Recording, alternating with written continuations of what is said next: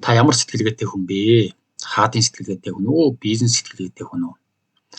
За нэгээ санджих хүсэлтэй бол энэ бодлогуудыг бас сонирхож болно. За ингээд танаас дөрвөн бодлого асууя. Хэрвээ та энэ бодлогуудыг одоо яаж бодох вэ? Арга замыг мэдчих яах юм бол хаадын сэтгэлгээтэй хүн гэдээ өөрийгөө ойлгож болно. За энэ боломжгүй гэж харж яах юм бол бизнес сэтгэлгээтэй хүн гэдээ өөрийгөө ойлгож болно. За ингээд бодлогоо эхлэе. За бодлого 1. Аргентин улс одоо их хэмжээний түлш шатвар худалдаж авахаар одоо олон улсын тендер зарласан байна л. За энэ тендерт нь одоо Америкийн Shell Oil одоо Английн British Petroleum баяр орж ирж өрсөлдсөн байгаа. За гэтэл сансргүй юм болж одоо хэний ч сураг ажиг байхгүй тийм нэг нөхөр гарч ирээд энэ тендерийг нь одоо энээрээс булаагаад авцсан. Ийм нэг тохиолдол байдаг л. За энэ хүний оронд байсан бол одоо та ямар аргаар энэ тендерийг авах вэ? За энэ хүний онцлог гэх юм бол одоо Shell Oil, British Petroleum баяр шиг одоо тийм нефть боловсруулах үйлдэл байхгүй. Бас тийм их хэмжээний одоо түлш шатвар худалдаад авчий гэсэн ч бас тийм би их мөнгө байхгүй. Тэгээд Аргентины засгийн газарт одоо танилтал байхгүй, одоо хэн нэгэн тэл ахуул өгчий гэсэн боломж байхгүй. Ийм хүн. Тэгээд ийм хүн яхаараа одоо дэлхийн 1 номерын компани, 5 номерын компаниг ингээд тендерт ялчдаг юм бэ. За энэ хүний оронд байсан бол та ямар арга хэрэглэх вэ гэсэн ийм нэг бодлого байна. За тэгэхээр энэ бол ерөнхийдөө одоо хаадын сэтгэлгээний одоо онцлогийг харуулсан ийм бодлого байна л. За бодлого 2. 40 сая төгрөгийн бизнес төслийг одоо 200 мянган төгрөгөөр амжилттай эхлүүлээ. Тэгээд цаашд энэ бизнесээ амжилттай авч яваа гэсэн бодлогыг та яаж бодох вэ? Үнийг одоо өөрийнхөө хамгийн сайн мэддэг тэр бизнестэй одоо хэрэгжүүлнэ гэж тооцоорой. За бодлого 3. За энэ бол бүтээгдэхүүний үнийг хямдруулах тухай нэг юм бодлого байгаа. За бас л та одоо өөрийнхөө одоо хамгийн сайн мэддэг бүтээгдэхүүн, хамгийн сайн мэддэг тэр салбараа одоо сонгож аваад энийг бас бодгож үзээрэй. За тухайн салбарын компаниудаар яваад үнийн судалгаа хийхэд одоо хамгийн бага үн өгч байгаа тэр компани үнээс одоо 2 дахин хямдаар тухайн бүтээгдэхүүнийг яаж олж авах вэ? Өөрөөр хэлбэл 2 дахин хямдаар тэр бүтээгдэхүүнийг яаж үйлдвэрлэх вэ гэсэн ийм бодлого байна. За энийг та яаж бодох вэ? За бодлого 4. Банк санхүүгийн салбарт за үйл ажиллагаа явуулъя гэдэг одоо банк байгуулъя гэдээ орох юм бол одоо банкны дөрмийн сангийн доод хэмжээ нь 11 сая доллар байна. Одоо манайд Монгол улсад. Тэгэхээр одоо ийм багахан хэмжээний мөнгөөр зүгээр нэг банк байгуулж орох биш. Харин энэ банкны салбарыг, банк санхүүгийн салбарыг одоо бүтнээр нь яаж гартаа оруулж авах вэ? Өөрөөр хэлбэл энэ бүх компаниудын хувьцааг яаж гартаа оруулж авах юм? Ийм гэсэндээ багахан хэмжээний мөнгөөр одоо энэ салбарт яаж ноёрлохоо тогтоох вэ гэсэн ийм бодлогыг та яаж бодох вэ? За эсвэл одоо харилцаа холбооны салбарт одоо ийм багахан хэмжээний мөнгөөр одоо бүх зах зээлийг нь яаж эзэлж авч болох вэ? Өөрөөр энэ салбарыг ноёрхох болъё гэвэл та юу хийх вэ гэсэн ийм бодлого байна. За энэ мэтчлэн та ер нь өөрийнхөө одоо хүсэж байгаа одоо үйл ажиллагаа явуулахыг боддог. Одоо тэр салбараа 100% одоо эзэлж авъя, ноёрхлоо тогтооё гэсэн бол одоо ямар арга замаар энийг хийх вэ гэсэн ийм бодлогуудыг та яаж бодох вэ? За тэгэхээр энэ дөрвөн бодлогоос харах юм бол ерөнхийдөө энэ хаадын сэтгэлгээ яаж ажилдгийг, ямар нөхцөлд одоо бодож сэтгэж энэ хаадын сэтгэлгээг хэрэгжүүлдгийг энэ талаас нь одоо харж болно. Магадгүй энэ хитрхи солиотой галзуу сонсогдож магадгүй. Тэгэхээр энэ бодлогоудаас ер нь ингээд анзаарахад одоо хаадын сэтгэлгээ, одоо бизнес сэтгэлгээний одоо хамгийн том ялгаа бол эндээс харагдж байгаа хаа гэж бодож байна. За юу гэвэл үндсэндээ хаадын сэтгэлгээ болохоор үндсэндээ тухайн нөхцөл байдалд одоо нэмэр болчхоор одоо ямар ч одоо тулгуургүй одоо тухайн нөхцөл байдалтай одоо уялдаж холбогдохоор одоо ямар нэгэн сэжим одоо сэжүүр болчхоор зүйлгүй ийм одоо тодорхойгүй нөхцөл байдал өгдөж байна гэсэн. Тэгэхээр одоо ийм нөхцөл байдалд яаж бодож сэтгэдэг юм бэ гэдэг ийм сэтгэлгээ За гэтэл бизнес сэтгэлгээ болохоор ерөөсөө тулгуур авч сэтгэдэг ийм сэтгэлгээ байгаа юм л да. Жишээ нь одоо нэгдүгээр бодлогон дээр бол өөрийнхөө нэр боловсруулах үйлдвэрээс одоо түлш шатхуун аваад тухайн тэмдэгт өрсөлдөх юм бол одоо энэ бол бизнес сэтгэлгээ болоод байгаа шүү дээ. Оройр тулгууртай болчихно гэсэн үг л дээ. Тэрийн шиг одоо 40 сая төгрөгийн бизнес төслийг 40 сая төгрөгөөр хийе гэх юм бол энэ бол бизнес төсөл болчихно. Өөрөөр хэлбэл 40 сая гээд үндсэндээ тулгуур гараад ирж байгаа гэсэн үг л дээ. За гэх мэтчлэн үндсэндээ бизнест бол маш олон төрлийн тулгуур шаарддаг. Бизнесийг амжилттай явуулахын тулд. За газар, барилга байгууламж, технологи, түүхийд, эргэлтийн хөрөнгө, санхүүгийн нөөц, за бизнест өгдөг янз бүрийн тусгай зөвшөөрлүүд, хэрэглэгчд гэдэг үндсэндээ 10 гаруй ийм одоо тулгуур шаардж ийж. Тэгээд тулгуурныг бүрэн одоо бүгд байж ээж бизнес амжилттай явдаг. Хэрвээ аль нэгэн тулгуур нь ганхтал үндсэндээ бизнес бол дампуурчдаг. Өөрөөр хэлбэл өрсөлдөгч компаниуд нь аль хэдийн түлхээд унгачдаг. За яг энэ өнцгөөс харахаар одоо бизнес сэтгэлгээг энэ өнцгөөс нь одоо хаадын сэтгэлгээг харахаар үндсэндээ яг одоо галзуу маягтай гэж харагдаад байдаг л дээ. За ягаад тэгэхээр одоо чамд юу байгаа юм бэ гэхээр юу ч байхгүй. Газар байна уу? Байхгүй. Барилга байгууламж байна уу? Байхгүй. Эргэлтийн хөрөнгө байна уу? Тусгай зөвшөөрлүүд нь юм байгаа мó гэхээр аль нь ч байдаг. Гэхдээ тийм байж чи одоо юу ч хөө байж ээж үндсэндээ ингээд том юм яриад байдгийг ах юм. Чи ямар галзуу амт бэ гэсэн маягаар хардаг.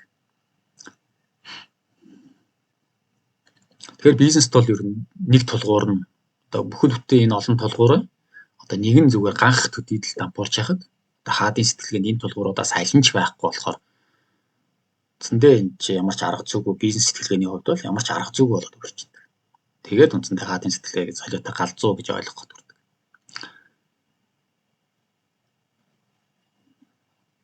Тэгэхээр энэ хаадын сэтгэлгээнд хамгийн гол зүйл бол ухаан гэдэг л. Өөрөөр хэлбэл одоо ухаан байж яаж сэтгэх вэ гэсэн одоо тэр ухаан нь одоо хамгийн чухал байдаг. Одоо бизнес сэтгэлгээнд болохоор сэтгэлгээнээсээ илүү одоо тухайн хүний одоо зан чадварууд илүү их хэрэгтэй болдог л. Одоо бусдаа нэгэнт л одоо өрсөлдөөд үзэж тарж байгаа болохоор одоо зүгтд зайлах ямар ч арга байхгүй, тулаад ахаас өөр арга байдаг. Тийм болохоор одоо хизээч унсан ч одоо босч ирдэг, хизээч бууж өгж болохгүй. Тэгээд ажиллаад ах хэрэгтэй, хөдөлмөрөл зүтэг гэдэг хас өөр арга байдаг. Тэгэхээр энэ дээр бол үндсэндээ тухайн хүний одоо дайчин чадвар, хичээл зүтгэл тэр гэсэн одоо тэр хувийн зан чанар нь одоо ухаанаас илүү их хэрэг болдог. Харин хаадын сэтгэлгээний хувьд болохоор ухаан хөрөхгүй бол одоо хаадын сэтгэлгээний бодлогыг бол бодох ямар ч боломж байхгүй гэсэн үг. Тэгэхээр хаадын сэтгэлгээг үндсэндээ гүйцэтгэх хамгийн гол зэвсэг нь бол ухаан байдаг. Тэгэхээр ухааныг тодорхой түвшинд эхлээд хүргэхийн тулд одоо маш их мэдээлэл цуглуулах хэрэгтэй болдог. Тэгэхээр хаадын сэтгэлгээний одоо хамгийн анх хийдэг ажил бол ерөөсөө л мэдээлэл цуглуулах байдаг. Маш их ёстой л уул аваа шиг их мэдээлэл цуглуулах шаардлагатай болно. Тэгээд тэр мэдээллээ зүгээр нэг одоо хадгалаад ингээд төрөлжүүлж хадгалаад байдаг одоо архивын газар шиг ийм байж болохгүй гэсэн үг. За архивын газар гэхээр үндсэндээ бол мэдээллийн одоо оршуулгын газар гэсэн үг шүү дээ. Тэгэхээр мэдээллийг одоо ингэж өхүүлж болохгүй. Тэгээ яаж одоо мэдээллийг амьд байлгах юм бэ гэдэг тийм асуудал гарч ирнэ. Тэгэхээр мэдээллийг одоо амьд байлгахын тулд үндсэндээ тухайн мэдээллүүдийг одоо эргүүл тойруулж хараад одоо янз бүрийн одоо холбоос үүсгэж хардаг. Хаана ямар төрлийн холбоос үүсгэж болохоор байна. Тэр бүх холбоосыг хараад тэгээд үндсэндээ тэр холбоосуудыг эвлүүлж үзэхэд одоо Rubicon шаа эвлүүлж байгаа юм шиг. Ингээд нэг газар нь холбоос үүсгээд зарим газар нь холбоос таслаад ингээд явхад үндсэндээ нэг гайхамшигтай нэг юм үүсдэг. За энэ юу юм бэ гэхээр одоо тэр холбоосуудыг одоо нэгэн ингэж тойрог болгож ингэж нэгтгэж одоо бүтэн нэг цагираг нэг тойрог үүсгэж чадах юм бол үндсэндээ энэ бодлогуудыг бодох боломжтой болчихдог.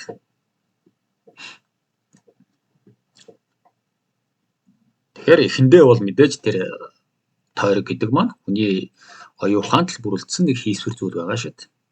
Тэгэхээр энд одоо хийсвэрийн тойргийг одоо яг бодит амьдрал руу одоо практик руу буулгаж одоо тэнд одоо үйл ажиллагаанд оруулах хэрэгтэй болно. За үүний тулд одоо энэ тойргоо одоо маш олон жижиг одоо холбоосуудад дахин хуваагаад одоо тэр холбоосоо одоо хүмүүст одоо ашигын санал болгож тавих маягаар одоо практикт хэрэгжүүлдэг одоо ийм арга зүй байгаа. За яг л ийм маягаар л үндсэндээ энэ бодлогуудыг боддог юм аа. Одоо саяны дөрвөн танаас асуугаад байгаа бодлогыг яг л ийм зарчмаар боддог. Эхлээд бол бодлого зохиогддог. Бодлого зохионо гэдэг маань үндсэндээ энэ мэдээлэл цуглуулад одоо тэр цуглуулсан мэдээллүүдээр одоо энийг ямар маягаар холбоос үүсгэх вэ? Тэгээ бүтэн цагирга, бүтэн тойрог яаж үүсгэж болж вэ? Энийг харж байгаа нь өөрөө бодлого зохиолт болж байна. Энэ бодлогуудыг одоо яаж бодож гин гэдэг одоо нэг бүрчлийн энэ бодлогоо тайлбарлаад явах юм бол одоо хаадын сэтгэлгээ яаж ажилдгийг гэдгийг одоо илүү одоо ойлгомжтой таны тархинд одоо яг нэг одоо дүрслэл зураах хаа гэж бодож байна. За эхний бодлого болохоор үндсэндээ одоо гадаад хүний бодсон ийм бодлогоо. Тэгээ яг энийг бол номон дээр маш дэлгэрэнгүй тайлбарлаад энэ сэтгэлгээ яаж ажилдгийг гэдгийг бол тайлбарлагдсан байгаа болохоор энэ удаад бол нэгдүгээр бодлогыг бол орхиноо. За харин 2 дахь 3 дахь бодлого болохоор хүмүүст одоо нэлээд сургамжтай байж магадгүй. За зарим хүмүүс бол за ажил огт хиймээргүй байна. Тэгсэн хэрнээ одоо байнгын ашиг орлого олж ямаар байна гэсэн ийм хүсэл эрмэлзэлтэй хүмүүс байдаг. Ийм одоо хүсэл мөрөөдөлтэй хүмүүс байдаг. Тэгэхээр одоо энэ мөрөөдлийг яаж биелүүлж болдгийг энэ дээр бол энэ яг тохирох жишээ болж чадна гэж харж байна. За 3 дахь бодлого болохоор одоо бүтээгдэхүүнээ одоо маш хямдаар одоо олж аваад өндөр үнээр зарж их ашиг олох гэсэн тэр хүмүүст бол яг тохирох жишээ гэж харж байна. Тэгээд ч одоо энэ 2 дахь 3 дахь бодлого бол одоо дэлгэрэнгүй тайлбарлах юм бол одоо нэлээд урт хугацаа шаардсан ийм яриа болж таарна. Тэгэхээр энэ удаад энэ 2 дахь 3 дахь бодлогыг бол хойштуулъя гэж үзэж байна. Харин 4 дахь бодлого болохоор одоо яг одоо хаадын сэтгэлгээ одоо энэ сэтгэлгээний одоо арга зарчмыг одоо яг одоо тодорхой харуулж болох үз. Ийм бодлого гэж харж байна л да. Тийм болохоор өнөөдөртөө энэ удаад одоо энэ 4-р бодлогыг яаж боддог юм бэ гэдгийг одоо төлхөө ярилцъя.